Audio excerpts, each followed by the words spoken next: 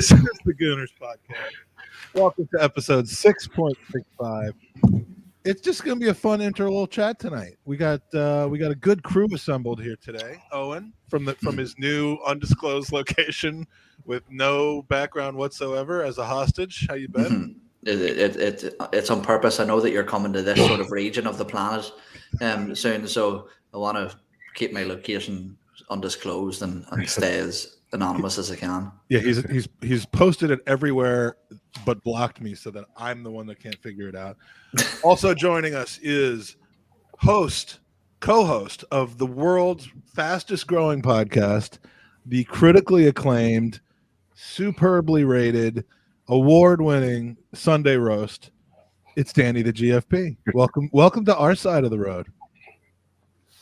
It's really started better. I was just saying at the beginning of that show, that intro, you fast forward, and I was about to swear, and then it started. Get more views on the Sunday Roast than we do on the normal podcast. How wrong is that? That shows how much people take into consideration our football knowledge. They don't listen for the football; they listen for the shenanigans. They do, and we got like 6 times as many people watching that podcast as we do this one. So this is supposed to be the real podcast. Anyhow, rounding out our panel tonight. Happy to be joined by somebody who I can't stop talking about, apparently. But he's my buddy, he's my mate, he's my boy, my friend, my You're doing your very best not to say homie, aren't you? How about this? He's staying home. He's staying home. All are staying home. He's staying home. Thank you so much. Thank you, Mr. Black Scorpion. It's almost our 5-year anniversary of when we met, by the way. And you told me the big story about how you got your Twitter handle. Yeah. And I want to say we're probably one of the true OGs of the interlull of the interlull chat. Lee Judges, Kenny Ken, myself, Tom Canton, Rhodesy, Surgeon. And yourself, you know what I mean? And we used to murder it on this interlull. But thank you for bringing me back on, man. I appreciate it. I believe you said something about Andy. Keep my podcast wife's name out your goddamn mouth. All right? Keep his name out of your motherfucking mouth. Oh, you don't have to slap G.I. Joe, man. I didn't know G.I. Joe could cause so much controversy. Actually, it's more like my movie. The movie about me is G.I. Condition. I spend a lot of time in the toilet.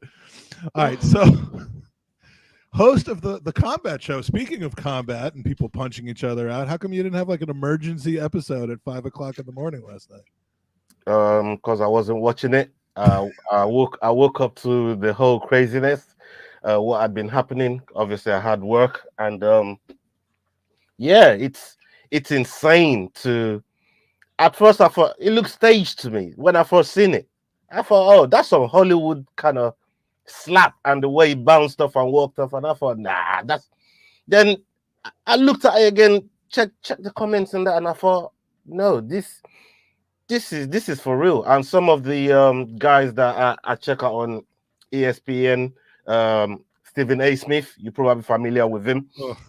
He chimed in, and that's when I knew Stephen A. Smith is a national embarrassment. That's when I knew this thing is for real. If he's chiming in, this is for real, you know. But I'm sure we get everybody's takes on it. Yeah, we because it's the biggest Arsenal news we have going on right now. It's it looked fake. The smiles and the laughing kind of made it seem fake, but you could tell that there was some very rough edits that happened. You could tell that the visuals skipped, and it was like a minute full of mute on this end. And it just, I was like, maybe there's something more to that. And then like 10 minutes later, that Japanese feed started going around Twitter, and that's when it was like, damn, that he was not kidding, because that was the Will Smith look of seriousness. But yeah, you know, I mean, it's the greatest thing that's ever happened to me. Danny still thinks it's fake, don't you? I didn't watch it. I don't give a fuck about it. I mean, I like Will Smith. I don't like the other bloke. I mean, anyone who wrote and sung "Summertime" with G.J. Jazzy Jeff and the Fresh Prince. I think that was the summer. That was my jam when I moved to London in 1988. That was when they first came up. when they were coming up, which is what They they were say in the music all the industry. albums. That was the happy side of hip hop. No one shot each other in that side of hip hop, and that's why I liked it. Them and Third Base and Digital Underground. Oh, great. Yes, Club 7. Yeah. Well, Those are the they're a best. bit too hardcore for me, but yeah, it's I don't care. It's no one gives a fuck about the Oscars. Oh, let's have a bit of drama. Oh, now everyone's talking about the Oscars. Convenient that. Oh, and as a boxing aficionado yourself, was that a real punch? Was it a slap? It was good. And do you want to know what? Will Smith portrayed Muhammad Ali years ago in a movie, and it was good to see some of his training still paid off. He swung with the right and had the left hand up for protection. So it was a pretty, as far as slaps go, it was pretty good. He didn't telegraph it at all. No, he actually fainted. There was slight feints, slight movements. I respected. It was a good slap, but completely unnecessary. And do you want to know what? Do you know the way like Conor McGregor used to predict when he would knock his opponents out and Back like, when he could be bothered to fight properly. Yeah. I was like, he used to knock opponents out? Before he got the dollar. But it was only last week, me and my missus were on a drive letting my kids sleep in the back of the car, the things you have to do as a parent. And we were talking about Will Smith, and I was saying, Will Smith is a cunt. I don't like him. And Mike, you know that I'm a bundle of positivity and stuff like that. You know, a very upbeat character. And I could only imagine what would happen if you ran into Will Smith at Selhurst Park. He's there every week, apparently. Well, that's the place where Owen is least happy, and the person he would be least happy to see. No, but my reasoning for it was that nobody is that nice. Like the way it comes to talking about positivity and this and that, and the perfect guy. I mean, his missus is out getting railed by fucking gangs of lads, apparently, by the way things are going, and he's just smiling and nodding through interviews. And I knew that nobody can be this nice, nobody at all. And it's finally good to see cracks in the armor. It's not nice. It's you know what I think he was actually being nice until he saw Jada, because he was laughing at Chris Rock's joke. He actually laughed at that very joke. Yeah. And then camera almost panned to Jada. You could see her roll her eyes, and then they went off of it. I would love to see what happened with Will Smith, like his process from the moment they cut away to the moment you saw him walking up to the stage, because she must have leaned over and said something, or he must do something. He must be in red. Dude, the problem I have with that guy is that, you know, he was so like real in, you know, when he was coming up, even when he was doing the show, I mean the television show. It was like his personality. He was, for lack of a better word, he was fresh. He was a great, you know, new kind of self-taught actor, and came, you know, crossed over. It was really good.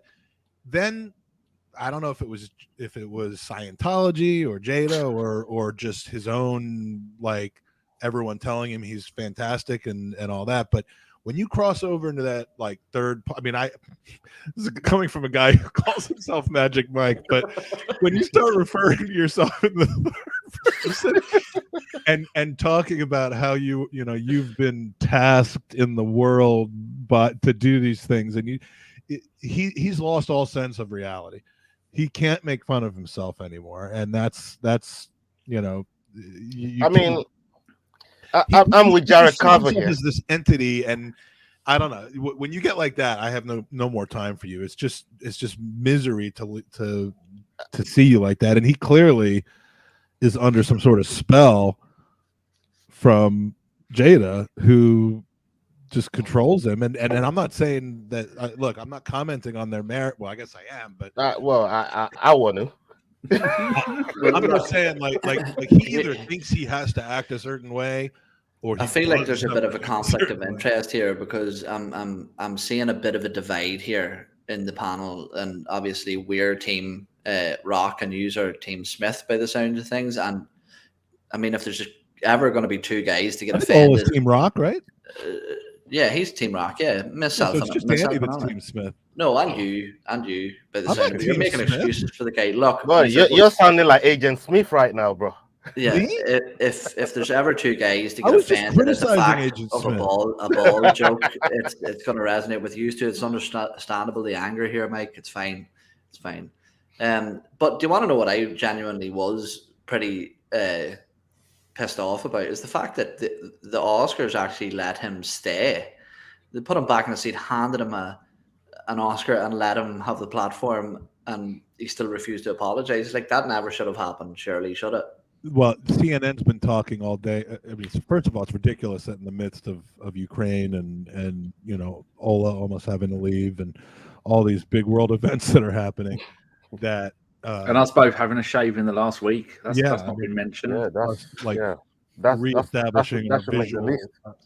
In the midst of all that, there's every time I look up at the television while I'm working, there's CNN talking about this, and apparently there was a very heated and divided meeting about what they should do with Will Smith, and that they were kind of scrambling to figure out if they should kick him out or not.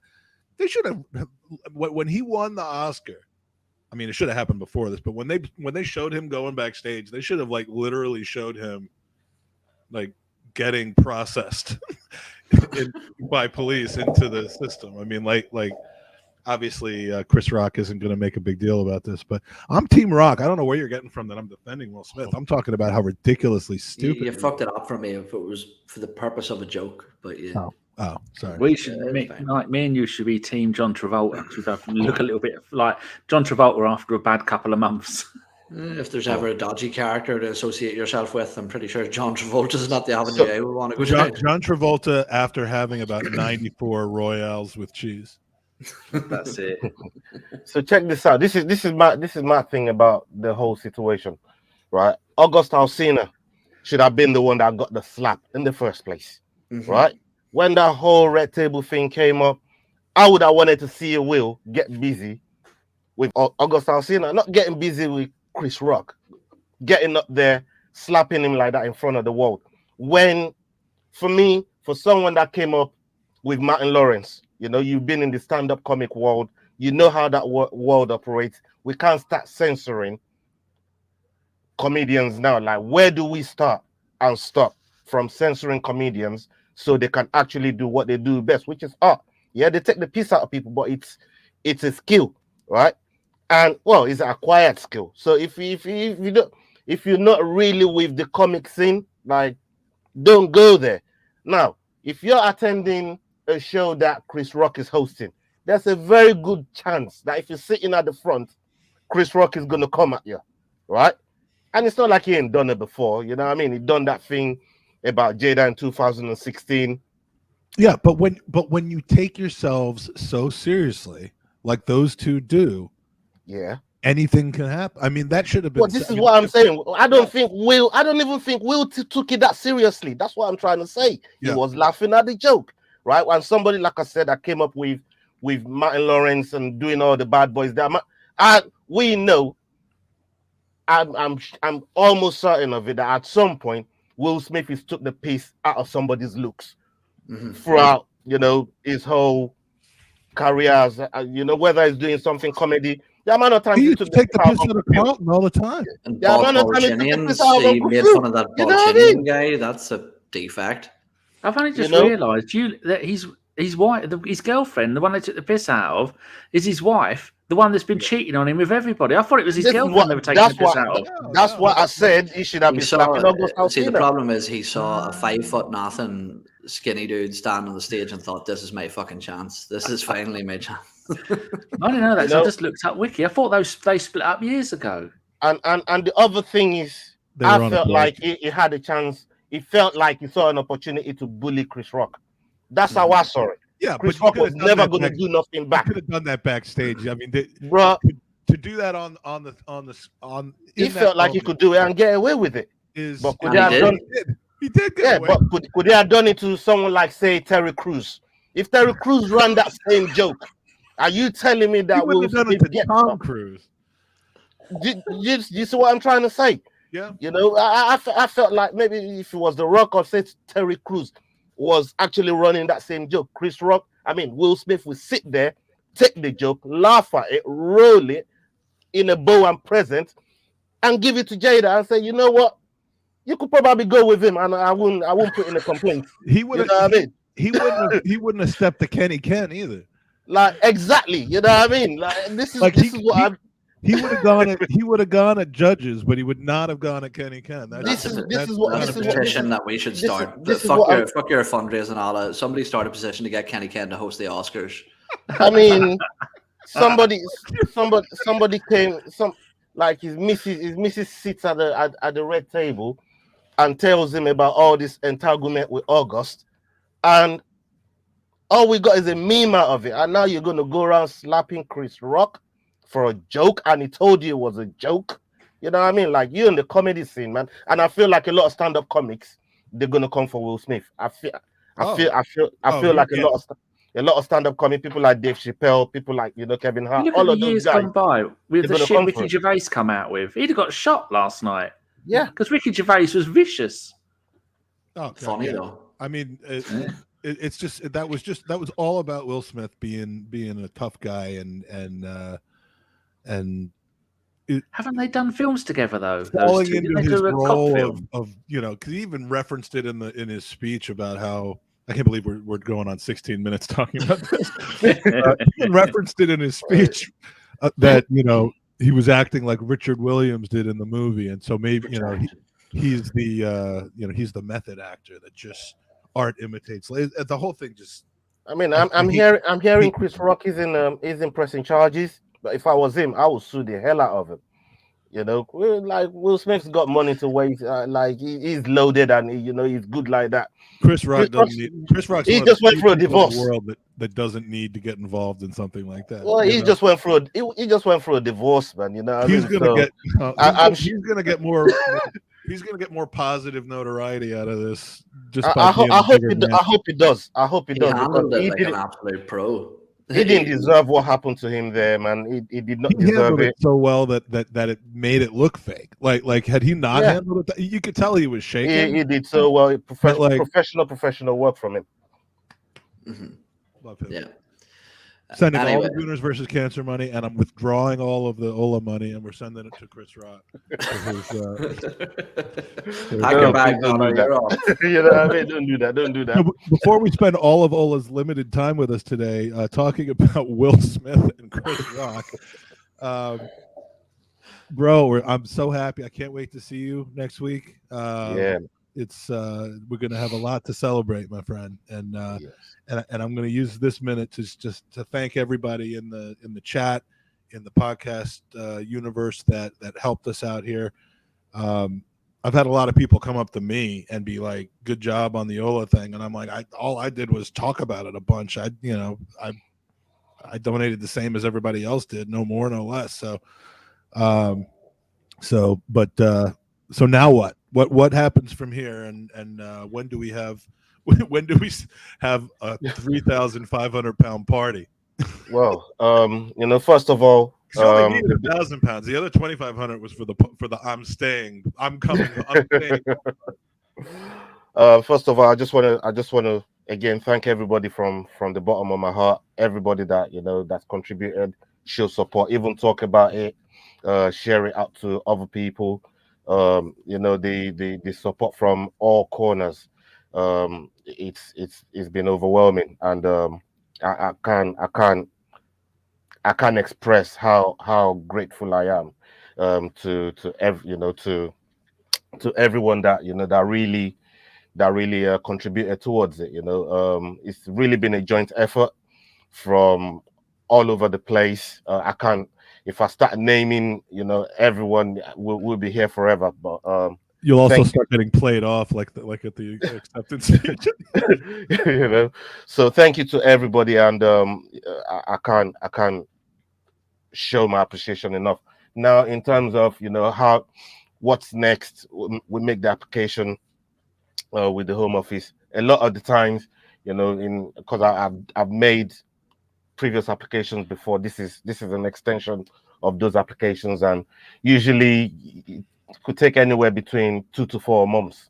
You can't chase them, you can't ring them, you can't do anything. You just got to wait till it turns up, and when it turns up, I'll be posting it so everybody can see that the support that they've shown is finally come through.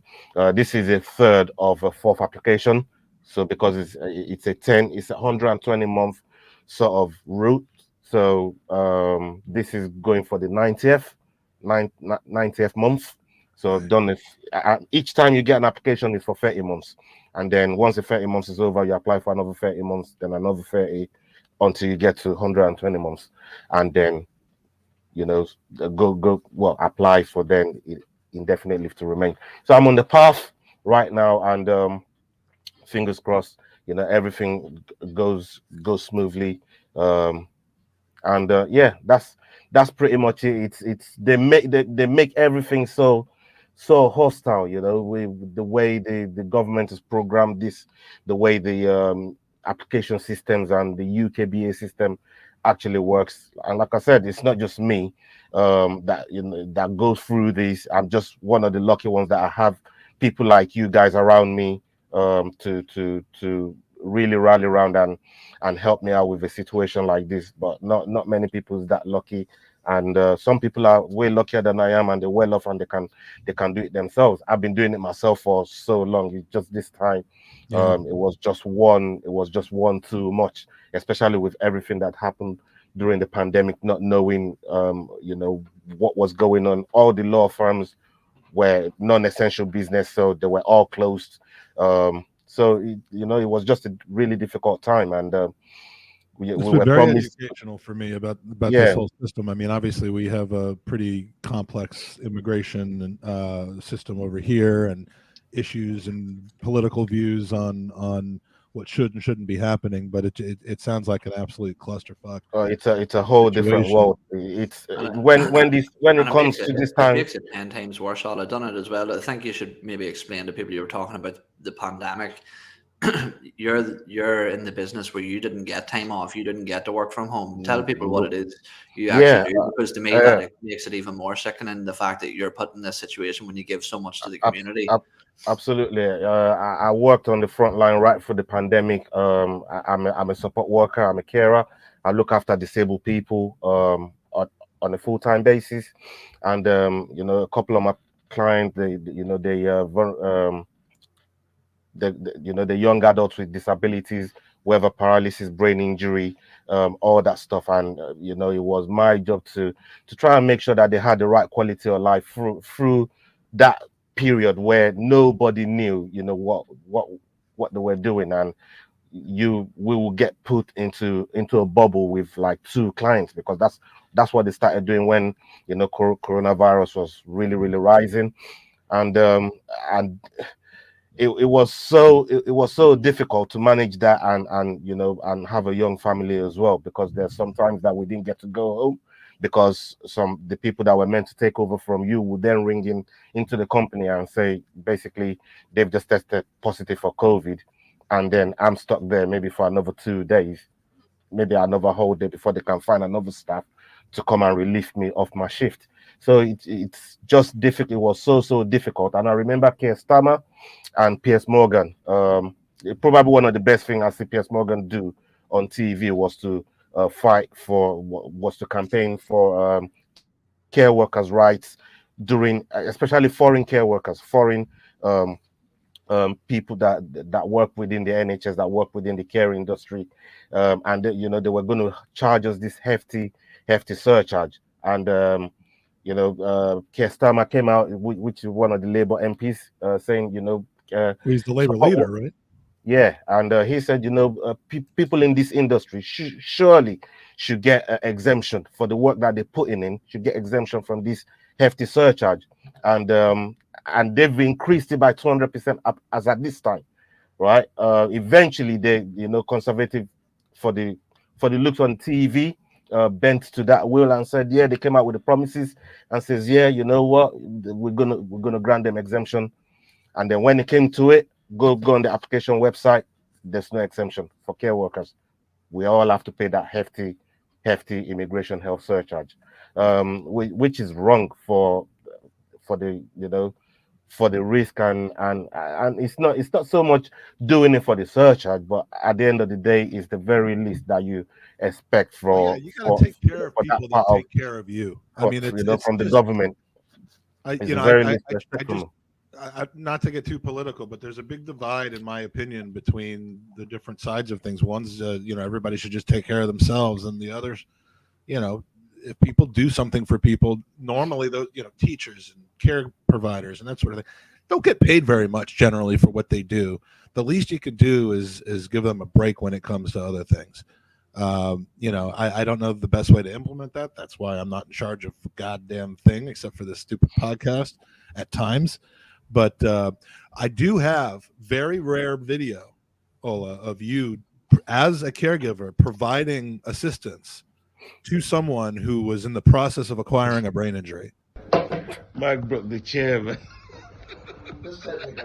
Oh, what the fuck you doing? Mike broke the chair. I sent that to Keir Stammer because I was like, this guy thinks he calls himself a caregiver, but you just sat there and laughed at me on the couch as I was in my. I mean, that was Wenger's chair, man. Wenger built that chair with his bare hands. Like, what you? That's a piece of memento. You were there, or I mean, you saw everything go down. I saw it twice. It happened the next night. Yeah, Danny actually saw it happen. This is the crew right here, because the two of you guys were there when that one happened, and then Danny was looking through a computer at me the next night when it happened. Right? Jesus Christ! We had just gone off air on a podcast, and it happened again. To go back to what Ola was talking about, my brother is fucked. He's in bed 20. He's not left his house in 20 years. He's been in bed the entire time. He doesn't even have an electric chair anymore. He's that fucked. Wow. And my mum is 78 and a bit. She's 4'10", little Irish lady, and she is doing back to back 24-hour shifts because they can't get the carers anymore.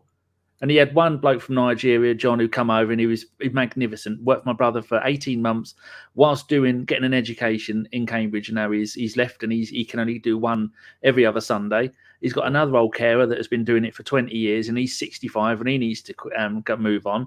And he got a lovely bloke who lives in the village I live in, and he does it, but he's leaving in a few months to go and be an ambulance driver, a paramedic.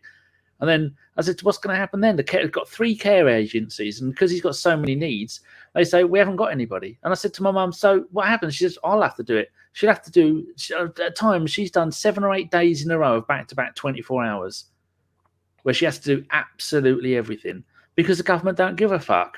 They would rather put my brother in a home and pay £200,000 a year for permanent care than give that kind of decent money to these other people. Now, he has got his own NHS care. You're fucked when you have got the NHS paying rather than the local authorities. And even though he's paying people, I think, £12, £13 an hour, still can't get people to come and work for him.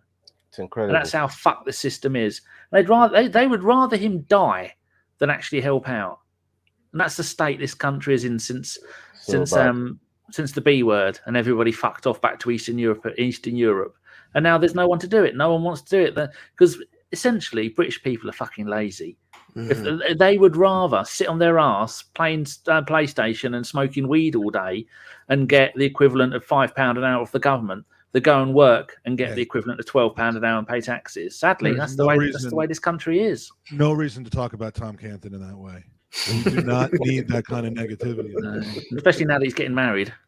I don't know if you knew.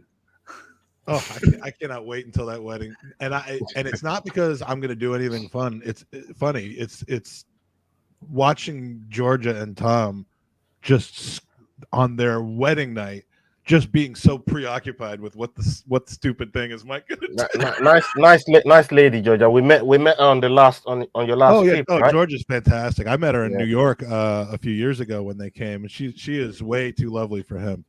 Doesn't she mind that she's dating someone who's only 16 or however old Tom is? Yeah, I haven't told her dad yet. But let's get some Arsenal discussion going a little bit here. Ola, how are you doing on time? I got 10 minutes. Okay. So Owen's the driver of the Arsenal portion tonight. Since there's so many different things going on, just feel free to pick any of the gates that are occurring. And we'll go with it. That was a seamless transition. Thanks for that there, Mike. Ola, because you're going first, we'll jump to you first. So obviously the interlull is real and the news is sort of lacking at the minute. But one of the stories that keep popping up that keep sort of scaring me slightly is the links with Kieran Tierney and Real Madrid. Apparently, they're preparing a 50 million bid for him in the summer. No, number one, do you think that it's realistic that Kieran Tierney is the type of player that will move on this early in his Arsenal career? And number two, is there an amount of money that you would be tempted to sell him for? Yeah, I mean, every player can be sold. Every player has got a price. If there's one thing I've learned over the years, especially since the Henry Vieira sort of time, even Ashley Cole, you got to start being attached to players. That shit will break your heart. Like it'll rip it to pieces. So for me, every player has a price, and every position can be improved on. And if we all go with that sort of mindset, then I mean, there's no reason why one is it's a very nice profit, for 50 million. I mean, I see Mr. Butler say no way would RM pay 50 million. I mean, it's a nice profit. Let's face it, that you'll be doubling our money. We ain't never done that for any player before that we signed. You know what I mean? Just to play devil's advocate, that well, not even this is the way I do think. You say 15 million, doubling your money. How much are you gonna out of that 50 million? Are you gonna have to reinvest to get somebody of the same standard as Kieran Tierney in that position? I think it's going to cost you 50 million or more. I think if you look at the way we've been shopping lately, especially our summer transfer and our summer transfer dealings, it looks like they've got this pattern on where they can go and get this up and coming quality players on the cheap. Because look, I like Kieran Tierney, and I wouldn't sell him if it were up to me. But if the money was, because this is one thing we've done over the years, holding on to players for too long, right? And then we missed the boat. We missed the boats on a good sale on them, and then we don't end up getting real profit on the players that and that's why we've been really, really bad over the years. So what I think we need to do now is get our players playing well up to a certain standard where we might have to recycle that move maybe 2 or 3 times to get ourselves onto. Look what Liverpool had to do, and they were selling players for big money. I remember them selling Coutinho? Coutinho, Suarez. and Suarez. Yeah, but what's the difference between Coutinho and Suarez and Tierney? What's the one difference besides the fact that They're Scottish? They're not. Tierney is part of the heart of this team at a very crucial time. Those two were too good for Liverpool at the time, which is ironic considering what ended up happening when they left. But they were like European. I know Suarez is South American, but they were, and Coutinho is also South American, isn't he? Yeah. But like they were, players that were bound to be in Europe and the flair type players, and Liverpool really was only doing second, third, fourth with them. They were not going to win the Premier League with them. Tierney is part of a heart of a team, and a very, very important part of that. And I think it sends a worse message, more so than what you lose on the pitch by selling him, is what you lose off the pitch by selling him. And I like Tierney. I want him to be our next captain. That's how much I like him. But I'm just saying, in a realism, if there's an amount that comes in that's too much to turn down, the club's got to take it. And that goes for every single player. So is that 50 though? But I'm not sure that 50 million's in. I'm not sure that that's that price. I think that it might not be that price, but it was an example, right? The upset that it would cause for me far outweighs the gains of the finances, especially if we make Champions League this season. The injection of cash into the club, we're not going to be in need of that money. But Danny, something that would make me slightly worried is, number one, the fact that Carlo Ancelotti was extremely interested when he was at Napoli when we were in the race for Kieran Tierney. I'm sure that they were our rivals when we were going for him at that time. But Mike said there, Kieran Tierney's a player and he's at the heart of the club. But the one thing that would make me worried is everybody knows and understands the love that Kieran Tierney has for Celtic, and he sort of convinced himself to uproot and move to London from his boyhood club. Is it wishful thinking to think that we consider Kieran Tierney the type of player that is sort of lacking in the modern game, where he seems to have loyalty? Are we maybe putting too much on that, or do you think that there's a chance that he could maybe push for a move to a club like Real Madrid, get those stars in his eyes and maybe be persuaded to push for a move? Well, as he's not an Arsenal man, he's a Celtic man, then I don't think he might want to go, because that is progressing your career. It's the next step on the ladder to not necessarily making a lot of money, although he will make an absolute fortune in wages, because he's probably only on about maybe 80 grand, a poor bloke. And to go to Real Madrid is allegedly every player's dream. When I become a professional footballer, I will say fuck Barcelona and fuck Real Madrid. I'll have tattoos done on me. So every press conference, you'll see them one on one shoulder, one on the other, because I hate both those teams. But I wouldn't be surprised if he went. I wouldn't be surprised if Arteta let him go, because at times this season we've seen that for the style of football that we want to play, that you look at Tavares and you think, oh, maybe is that the bloke who Arteta sees as the long-term replacement, because Tierney's got to be about 25, 26 now.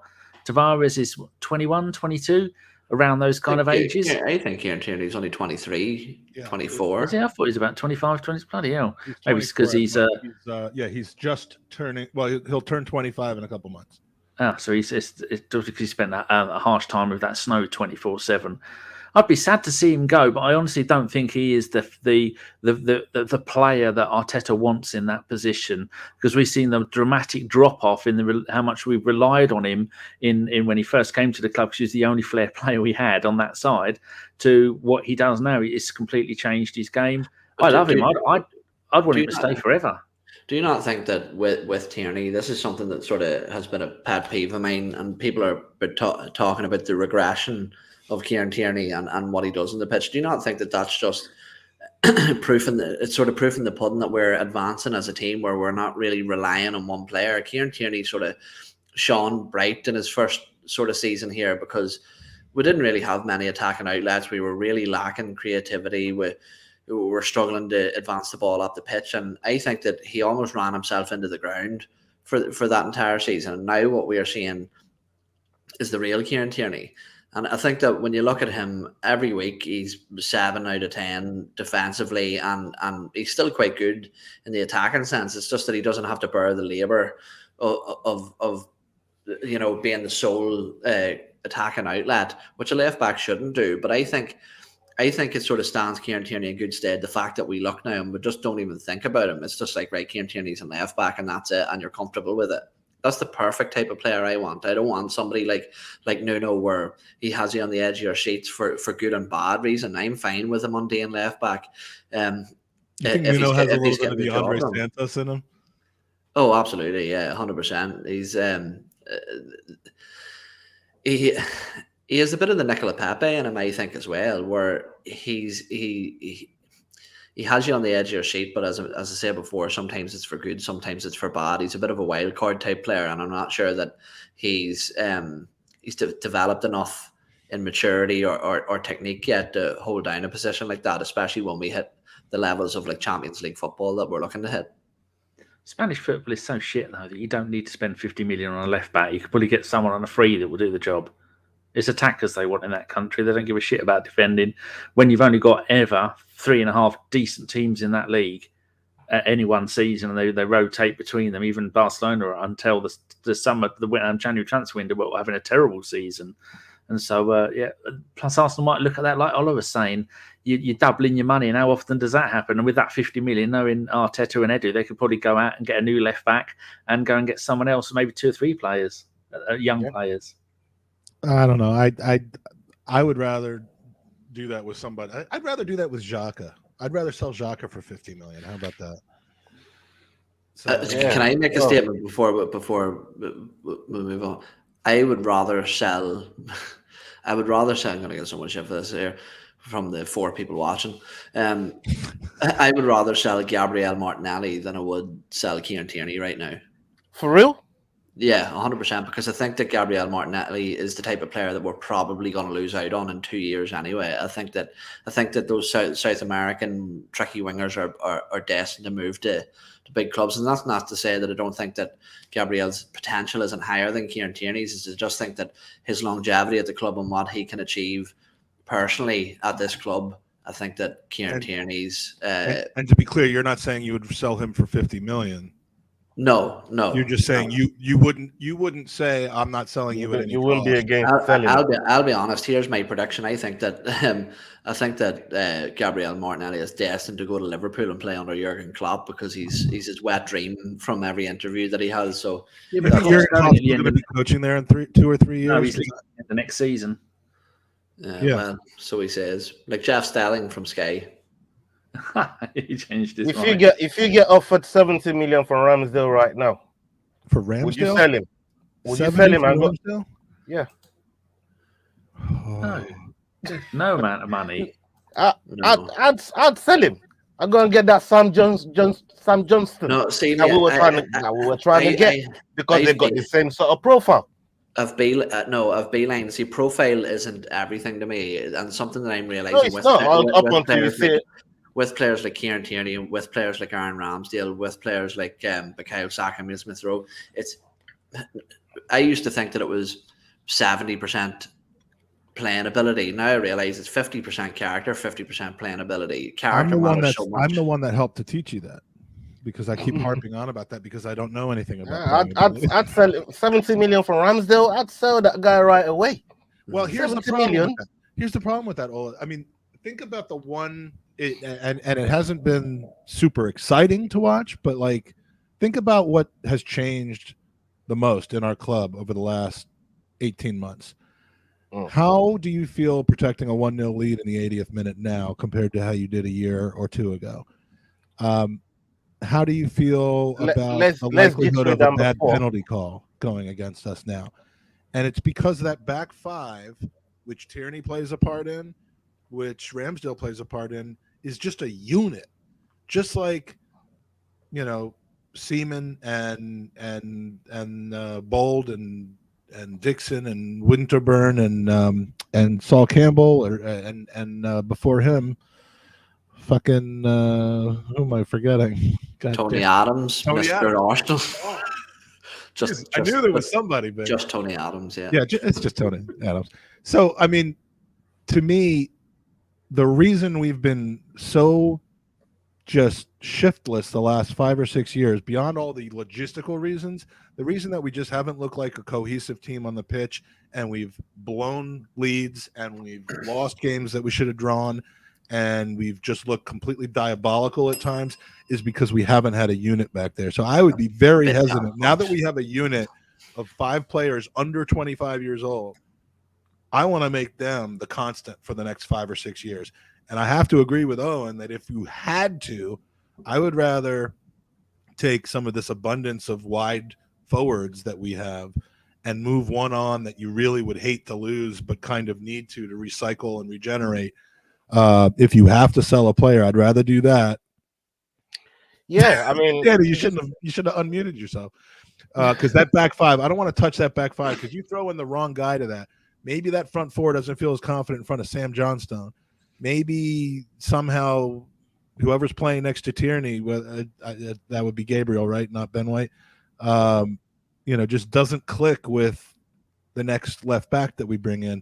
And that could set the team back a season or two. I mean, look, I'm not saying I want the whole team broken up right now, because it looks like they're building something at the moment, and I like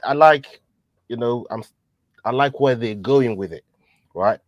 But what I'm trying to say is, this is all hypotheticals at the end of the day, because all these players right now at this moment in time, they're staying here.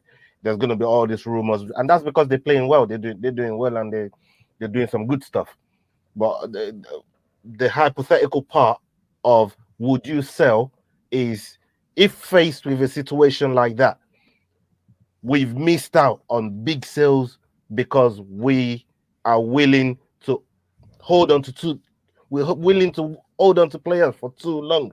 When that has always been the problem, but that's always been the problem, and that's what I'm trying to we were say. holding And on that's to part of the things moving forward that we need to change at Arsenal to get to the to get to the pinnacle where we all want to go to get to the promised land. well, and here's where we avoid doing that. Before we move on to the next topic, we avoid doing that by sticking to what we said we were going to do 2 years ago, which is not letting a player get into the final year of their contract and probably not get even into the final 18 months of their contract. So, look, if KT's contract, and I got to check when it expires, it's probably 2 years from now. He signed a 4-year deal last year. If he doesn't extend, okay. So if he doesn't extend a year and a half from now, then you talk about selling him. If Martinelli doesn't extend his deal when we get in 18 months, if they don't want to commit themselves to the Arsenal, then we have marketable players and we have to sell them so that they don't get to within 6 to 12 months. But we're going to build. We're on our way to building a team that's back in Europe, hopefully starts to do well in Europe because we keep adding to it, and players aren't going to want to leave like they have in the past. So they're going to want to sign back on and be marketable players. And we're going to have a bunch of 25 to 27-year-olds who, if their agent is convincing them that they could play at Madrid or PSG or somewhere in Germany or something like that, and they don't want to re-sign to us, then we'll take our 2 to 3 times profit on those players. We'll take our 8 times profit on Martinelli. That's when you do it, not now. Yeah. So Ola, please stop trying to break this team up.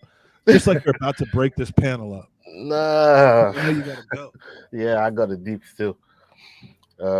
Yeah, thank you very much for having me on, man. Hey, buddy. It's been a pleasure kicking it with you guys, and hopefully I'll be on the show on another interlull. Very soon. You'll be on some of the behind the scenes content from the from Mike and Jake's. It's not the magical mystery tour this time. It's Mike and Jake's flying football circus. So yeah, we'll get you on as much as possible because I want to spend as much time as possible with you. So good to see you, my friend. No problem, man. Thank you for having me on, man. Thanks. Dan? Yeah. Owen, thank you very much. Salute to everybody in the chat and everybody watching on playback. Big up to you, lot, and thank you for the love and support. Thank you very much. I'm out. All right. See you later. All right, so we're talking about left backs. How about a certain ex-Arsenal left back, Nacho Monreal, piping up about Mesut Ozil?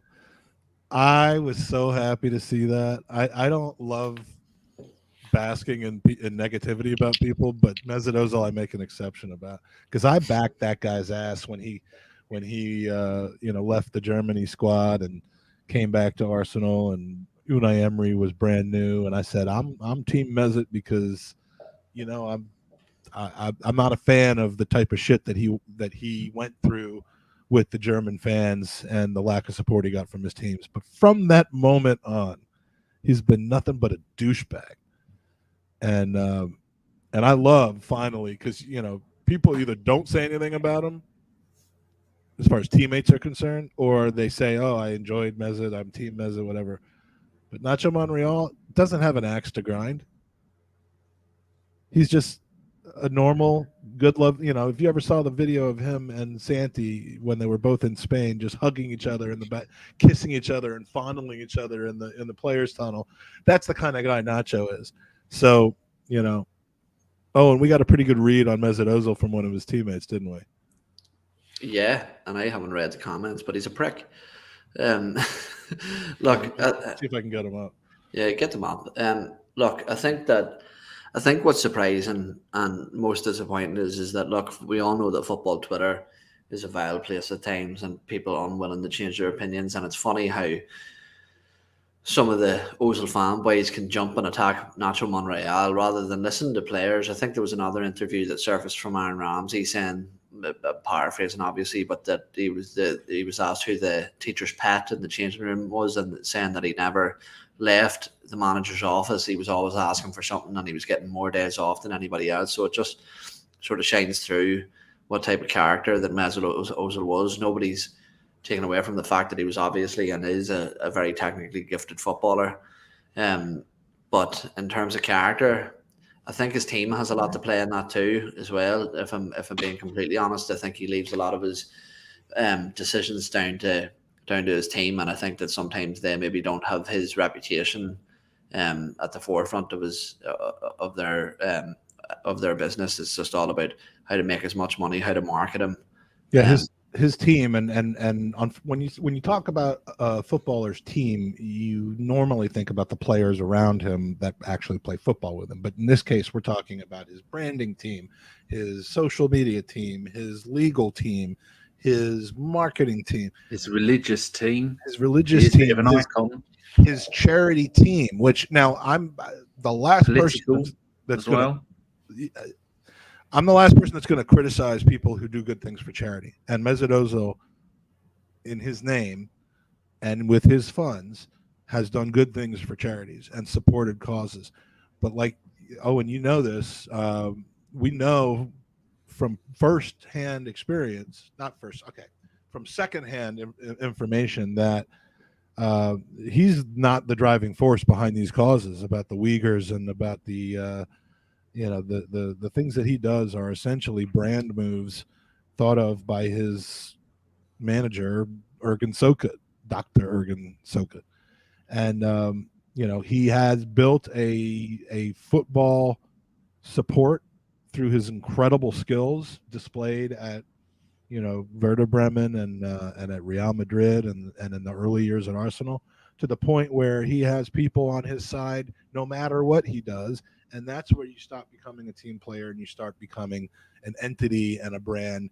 And it is so destructive for everybody around him. So the first part of Nacho's comments, Ozil's problem is that he had problems with everyone. It ended badly with Wenger. He didn't play the last few games with him. Then Emery tried to build him back and make him our leader. Then the next one, to begin with, we gave him a lot of confidence and Mesut played a lot, but the coach understood there were other teammates who were in better condition. Ozil was one of the best players in the team, one of the best paid, but they saw he wasn't at the level required. So I suppose we shouldn't listen to Nacho because some 14-year-old on Twitter is in love with him somehow and thinks that it's like we should have replaced the other 10 people, all of the coaches, the training staff, the owner, and the kit man. Yeah. And kept Ozil. First of all, I call this, it's like the Bono effect. Bono, the lead singer of U2. And it's the thing of when somebody surrounds themselves with sort of generosity to charity and they build their reputation on that, it's almost as if they can't be held in the light of a cunt. And that's what Bono is. He's an absolute cunt.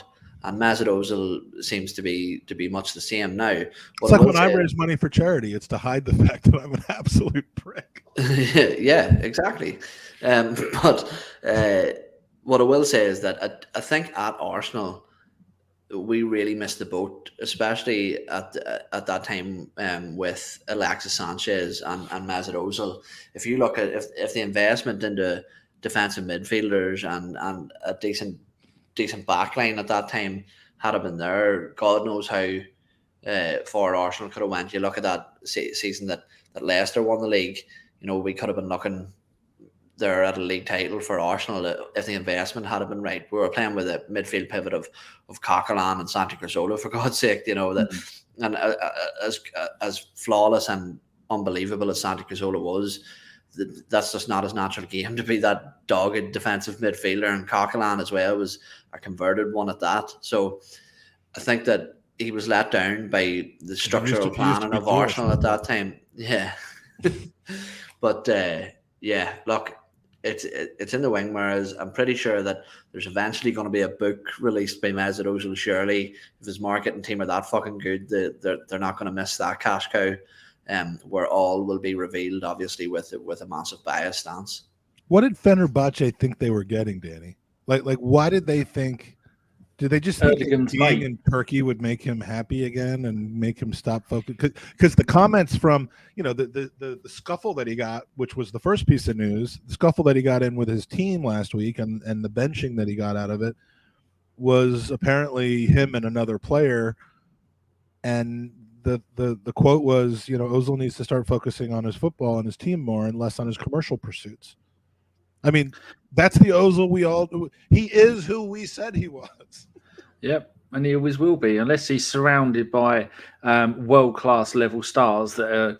If it's down to him to perform, he's never going to do it on a regular basis. In Turkey, you've got three big teams. You've got the Galatasaray, who are having an absolute mare of a season. They're only two places above relegation. The other one, Besiktas, they're 34 points off the lead. And the other one is Fenerbahce, his team, who are currently 17 points behind mine and Kevin Campbell's team. Trabzonspor, who are 15 points clear at the top of the table, going to win their first official title for a very long time. And so when they bought that, they could see that Galatasaray were having a bad time when it got him, and Besiktas weren't doing that much. And they thought, here's our chance to bring in some real expensive, top quality players that are going to try and propel like we did when we try and bought all the ex-Chelsea players. They were doing a similar kind of thing with that. And they thought, we're getting a name here. Although he is German, his family have got Turkish roots. We've seen that Erdogan, the Turkish Prime Minister, I think was at his wedding, or they were at a function together. I think Ozil lives at the palace. Wouldn't be surprised. Well, we saw pictures when Podolski was playing over there. He was playing for Galatasaray, and then a little while he went to Japan, and then I think he went back over to Turkey to play for I can't remember what other team he played for over there, but another one. Just pictures of, I think it was Alanaspor. Some spore. It was one of the spores, which I think is Turkish for sport club. And you saw that the lifestyle that Podolski was having. He was sharing the pictures of his family by the pool and having a lovely time. And all Ozil does is moan all the time and not turn up for away games. I've been regularly checking on Transfer Market, having a look at Fenerbahce's games, and it started at the end of last season. He wasn't doing the away games. It do make every now and then. And if you look at the amount, the ones that are probably in Istanbul, because like 8 of the 20 teams are in Istanbul, so he probably occasionally shows up for one of those. But any that are outside the Turkish way out there, and there's no way he goes to those games. I'm just shocked that this is his behavior. I never saw this coming. Are you being ironic there or moronic? I'm being ironic. He's being moronic, and anyone who still thinks that he was the one that was wronged in any way other than, maybe the Arsenal could have done a better job standing by him with his comments, even though we have good reason to believe they weren't really from his heart. They were just through his mouth and through his publications. But, anyone who thinks from a footballing standpoint that he was done dirty, just get out of my life right now, motherfuckers. Well, he is their top goal scorer this season, but a lot of those have been penalties. Andy's the captain. If you look at his Arsenal career was on its arse after his 4th season with us, when he got 12 goals in all competitions. Next season 5, then 6, then 1. You could see it was happening. Happens with all the great players who come to our club. But when it became more about who he was and everything around him, rather than just being a really skillful footballer, when that started to happen, it all fell apart. But it just shows, doesn't it, that it isn't all about numbers and output. You look at how the Arsenal fan base have taken to Martin Odegaard. Martin Odegaard to me is everything that every Arsenal fan wanted Mesut Ozil to be. And it doesn't matter if you're playing beautiful passes. If you're not working, people don't give a shit about you. And the fact that a kid of Odegaard's age is setting the standard of the work limit, coming from a team like Real Madrid, where people were worried about that, the physicality, the work rate from him, and where to push. How he got a work permit? How did he get a work? Speaking of work permits and stay, he fundraised on GoFundMe. You have to work in order to get a work permit. I think it was the 2014 FA Cup final where we beat Hull. I think we beat Hull 3-2. Mm-hmm. I'm sure it was one of those cup finals. I was watching it back, and when we scored one of our goals, he didn't celebrate. Mm-hmm. And you thought then, hold on, this is a little bit weird. And there's another video with him. Because he used to play for Hull and he didn't want to be an asshole. Probably. Another video where he scored or someone else scored, and then about 3 or 4 of them went over into the corner, and you could hear him saying to Sanchez, why isn't everyone, or Giroud is one of the two, and he said to him, why aren't people celebrating with us? And they just walked off and said, I don't know, because there's only 3 or 4 of the team that celebrated with him. You think, now we see why. He's a knob. Yeah. He's a knob. Speaking of celebrating, this is the Zapruder level video because I actually took a video of a streaming website because I was in the booth for this game. But my son was at the double on Thursday night last week, so we're gonna quickly show Brace. A brace. These were not the two most stunning of goals, but the anticipation and the finish spot on.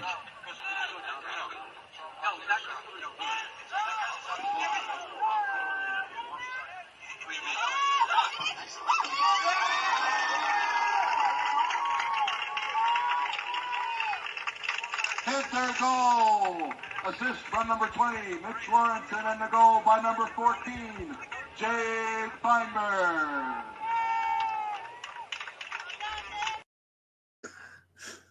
You recognize the voice? No, who was it? Was it Bruce Puffer?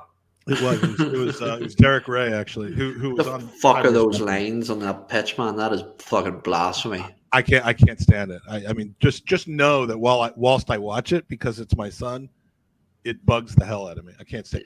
And worse than that is the fact that when there's a free kick, the referees still pace off 10 yards. And I'm like, this is the one instance in which you don't have to pace off 10 yards. There's literally a line, and then there's 10 more lines. And if they're not standing behind that, then they're breaking the rules. I don't understand why you have to pace that off. I mean, it always ends up being about equal. I'm like, if they're on the 27-yard line, then the wall has to be behind the 17. It's really not that complicated. Here's the other goal. Took advantage of a Mustafi-like back pass and finish it off. We're going to wait until Danny's done yawning. Okay, now here.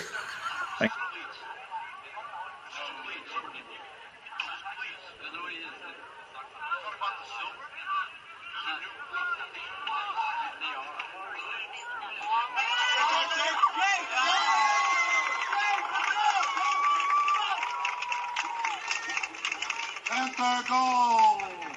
Second of the game from number 14, Jake Feinberg.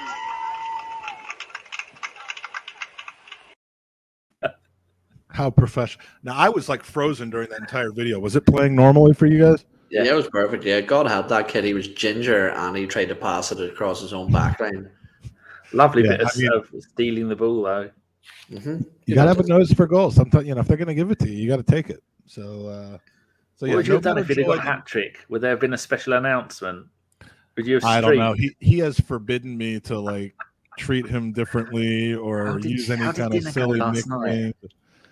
So wait, he wants you to take all other 10 players back and tuck them into bed and give them supper. And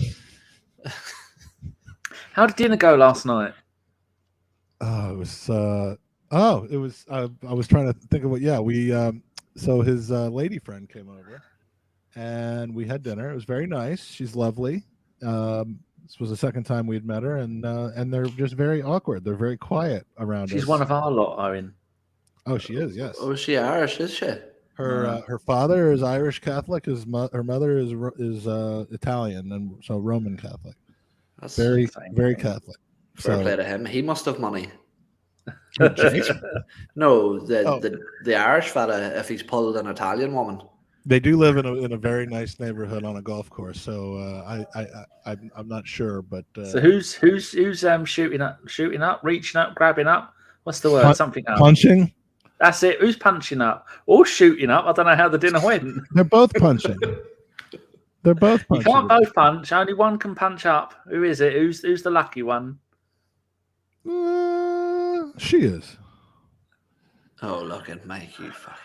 Bullshit. She's lovely. She's a very cute girl, but my son is. How long was it before you mentioned you do a podcast? She actually came in the house while we were doing the podcast.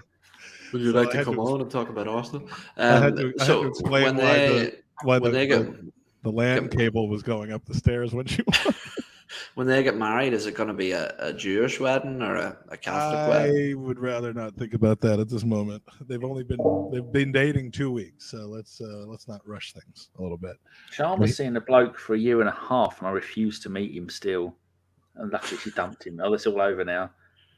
Two Were weeks. you worried Mike. that she's like looking for a guy that reminds her of her father? No, probably didn't like football. Absolute shite-hawk. And the next one, don't want to know that one. They were exactly alike, except he didn't like football. I didn't want to meet the first 26. And I don't want to meet the next 26. You can make a deck of cards with the pictures of them, though. So, and his game tonight. This is the first for this. It is almost April, and the wind chill right now is -7 Celsius. The weather. We're on to the weather. Yeah. The weather So in they the UK, they canceled this game tonight. I told you I had a hard stop at 11:15 UK time, and that is no longer the case because they canceled this game tonight. All week here, it's been about 18, 19, 20 degrees. For the next week, -4. I know. Don't get that in Florida, will we, Mike? We won't have those problems when we're there. We will not. And I would have. I actually don't mind because the Airbnbs don't have air conditioning, so I don't want it to be in the mid to upper 20s while I'm over. But it's going to be pretty damn cold, and like virtually every night, I think there's one game that's a during the day that I'm going to, and it's the Brighton game. Other than that, all the other 8 games are going to be in the dark, in the cold of basically somewhere between -5 and 3 Celsius, and we're gonna be freezing our asses off. So, but Yeah. dude, I leave in 3 days. I cannot wait, Dude. It's gonna be so awesome talking like this over in Europe. It's gonna be amazing. When are you going to come to Ireland? Actually, it will be this year because I got 2 more trips to London this year. One to visit Allie, and one when she's there over the summer, and the other for the big wedding. And Yeah, you can come stay here. I'll take you on a tour. we're gonna attach Ireland to one of those trips because Steph will be with me for both, and we both really want to go. So yeah. Wait till she finds out that we're just gonna play that we would have played pool at your house if you hadn't sold the pool table. Yeah. No, You're gonna have a newborn though at that point. Nah. No, sure. My missus is like You're not. I'm telling the missus to hold it in because Jared's coming on the 9th of May, and she's due around the 25th. She's what? So she's due on the 25th of May. So what is she now? He thinks you said she's a Jew. Oh no, she's not Jew. Oh. No, I wouldn't be with her if she was a Jew. No, damn right. Her due date is on the 25th of May, and Jared's coming. I can't hear Her that. due date. Her due date. Do you said due date? Yeah. See, dude. Think about stupid. Well, I don't know. Neither of you speak the Queen's English. You can both shut the fuck up. No, we don't. Pathetic, the pair of you. Anyway, I have to Fucking go up down language. and get pissed off with Jared and his missus while she is on the verge of giving birth. So it's going to be an interesting weekend. There's only Why is one trip. Jared coming to sorry. the UK He's coming to Ireland. just to see you? Oh, on his honeymoon, Yeah, right? yeah, on his honeymoon. Yeah, Nice. I bet Yeah. his wife's delighted. I don't think he's told her about that yet. Yeah, no, he's coming, so I'm gonna go meet him and get pissed up, and it'll be fun. Speaking of speaking proper English,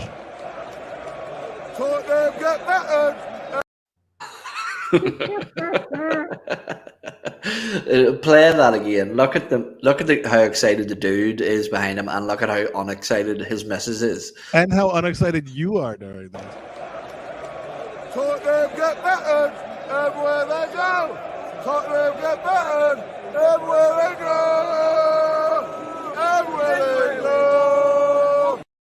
You look like someone was paying you not to look at me. I was trying to make it out I'm not with you, man. You know, I've got a reputation to uphold. And I ruined that when I just put my arms around the two of you. Who was that next to you? What? Who was that next to you? My friend Tom Rosenhammer, Mother Trucking Rosenhammer. known as Tom Sevens as on Twitter. And do you know the background behind why he's Tom Sevens? Yes, I do. He's got 7 fingers. No, because he always tells me about these women that he's attracted to, and I look at them, I'm like, she's attractive, but she's not like a 10. She's like, you are attracted to 7s, and he's like, my God, you're right. And so now he's Tom Sevens. I think most people that interact with him on Twitter have no idea that that's why he's called that. But yeah. So any other Arsenal related things that we want to talk about? You had a little bit of a gender, didn't you, Owen? I did, yeah, but I've got a hard stop in about a minute, so we'll rattle through it very, very quickly. Danny, Or just don't let Mike answer it. We'll be fine. Yeah, I'll sit this one out. No, it's not good. No, I was just going to go over quickly the William Saliba situation. He made some comments during the week when interviewed. Obviously, he's over at Marseille on loan at the minute. And when asked about his future, he says basically, I don't know. I'm happy here. I'm happy with where I am. I'm happy at Marseille. And we'll sort of figure out what's going to happen at the end of the season. Do you think that is the sign of a player who is trying to keep his loan club happy? Do you think that that's the sign of a player who potentially wants that move made permanent? Do you see any way back into the fold for William Saliba? Oh, of course, yeah. Everything's planned. Yeah, Arteta spoke to him, got him in, gone, you're going to go out on loan, and then you're going out on loan again, and then you're going to come back, and you're going to come back a man. And he is coming back a man. He has had 3 brilliant loans. First back to his old club. Then he went to the second French club, which I can't remember what it was. And now he's at Marseille. He's got Nice. Marseille doing... Nice. OG Nice, that's it. And now he's doing wonders at Marseille. They got a really decent team. They got Payet in there, and they got Guendouzi, and they've got Adrias Miluk, who I always go AD Milk, and they're doing really well in Europe. They're into the quarterfinals, I think, of the either the Europa League or the Europa Conference League.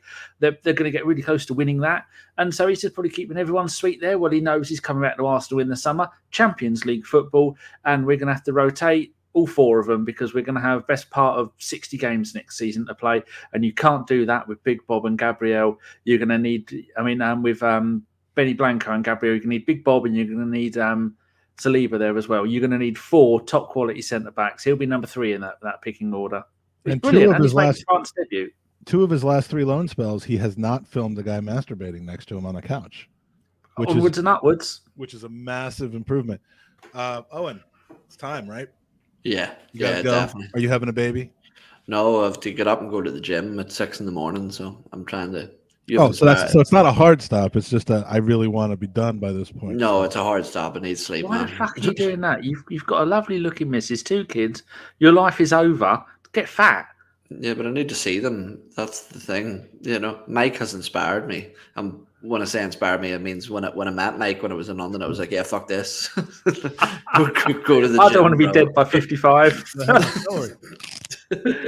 Yeah, Mike's got that Jew money. He can afford to have colonoscopy. No, that's not the right word, is it? What's it when they squirt shit up your bum and clear you out? Anima. Not colonoscopy. Oh no, that's a colonic. Enema. Yeah, a colonic. He can have one of those 3 or 4 times a day to swoosh out all that shit he keeps eating, all those squid eyes and egg whites. Yeah, it does it himself. There's another laptop fucked. Have you No, stopped but smoking seriously, yet, you dirty tramp? Have you stopped smoking yet? No, I'm just sure this it's thing. soaking wet now. I saw pictures of you 2 at the football. I You've only been a smoke when dirty I'm boy. drinking. I only kill people when I'm drunk. I'm not a murderer. You either do or you don't. Doesn't count when you're on holidays. Of course not. Well, murder. Vacation. Sorry, mate. Well, this has been another fantastic episode of the Gooners podcast. We appreciate both of you that were here. Actually, I do want to mention one quick thing before we go, and that is Ryan Fletcher's Mr. Arsenal podcast has been in the pod, and I meant to mention this when Ola was here. We were working on a special podcast to help push him over the line, and then next thing I know, it was done. So they raised about $1,000 in the last 2 days, didn't they? yeah, Some well, motherfucking gangster. there's one person that donated over 600 pounds. I believe that was a cumulatively raised thing that was donated all at once. But whatever it was, and whoever it was, it's a great thing because it allowed Ola to stay here. So, but I just want to give a shout out to Ryan because Ryan was doing everything he could to help us put a show together to help out. It just didn't come together in time. Daniel Shaw, good to see you.